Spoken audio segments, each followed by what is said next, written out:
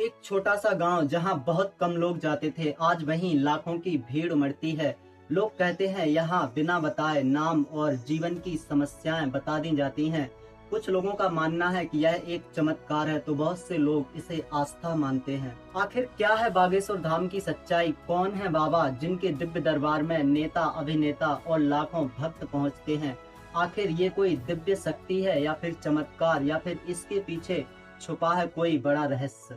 आज की इस वीडियो में हम जानेंगे बागेश्वर धाम का इतिहास, धीरेन्द्र कृष्ण शास्त्री की कहानी, दिव्य दरबार का रहस्य और वो घटनाएं जिन्होंने पूरे भारत देश को हिला के रख दिया। तो वीडियो को आखिरी तक देखना, क्योंकि आगे जो बातें आप सुनने वाले हैं वो शायद आपने कभी नहीं सुनी होंगी।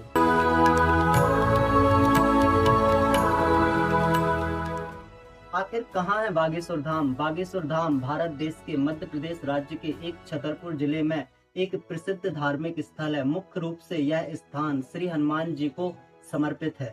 कुछ साल पहले यह एक सामान्य धार्मिक स्थल था। धीरे धीरे यहाँ लाखों की भीड़ बढ़ने लगी, क्योंकि लोगों का दावा है कि यहाँ पर बिना कुछ बताए उनकी समस्याओं का समाधान मिलता है, जैसे बीमारी ठीक होना, नौकरी लग जाना और भी कई वगैरह वगैरह। और फिर यही बातें धीरे धीरे पूरे भारत देश में चर्चा का विषय बन गई।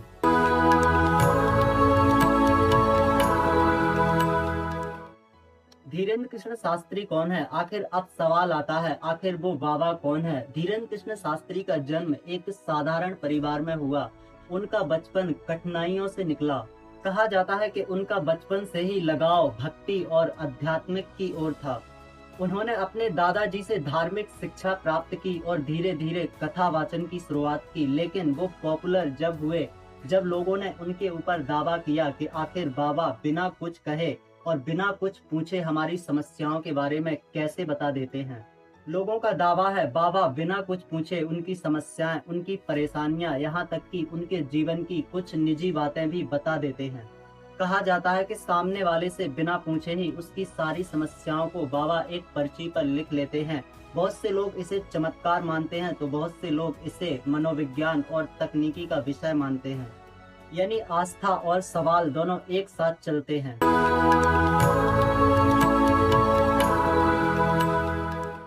कैसे वायरल हुआ बागेश्वर धाम? सोशल मीडिया ने बागेश्वर धाम को इतना वायरल किया कि इंस्टाग्राम, फेसबुक, ट्विटर पर बागेश्वर वाले बाबा जी की वीडियो करोड़ों बार देखी जाने लगी। और फिर लोगों ने अपने अपने अनुभव शेयर किए। किसी ने कहा कि उनकी बीमारी ठीक हो गई, तो किसी ने कहा उनकी परेशानियां खत्म हो गई, तो किसी ने कहा मुझे एक अच्छी नौकरी मिल गई। और देश के धीरे धीरे बड़े बड़े नेता, अभिनेता और प्रसिद्ध लोग धाम पर जाने लगे। यहीं से बागेश्वर धाम एक छोटे धर्म स्थल से बड़े धर्म स्थल पर आ गया और राष्ट्रीय लेवल पर उसकी चर्चा होने लगी।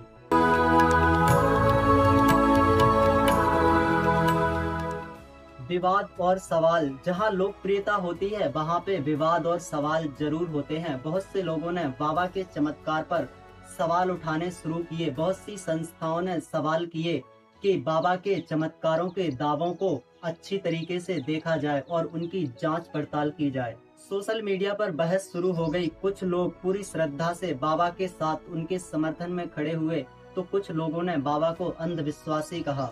लेकिन बाबा हमेशा से कहते थे वो एक सनातन का प्रचार कर रहे हैं, और जो कुछ भी ये दरबार में होता है वो उनका प्रभाव नहीं बल्कि हनुमान जी की शक्तियों का प्रभाव है।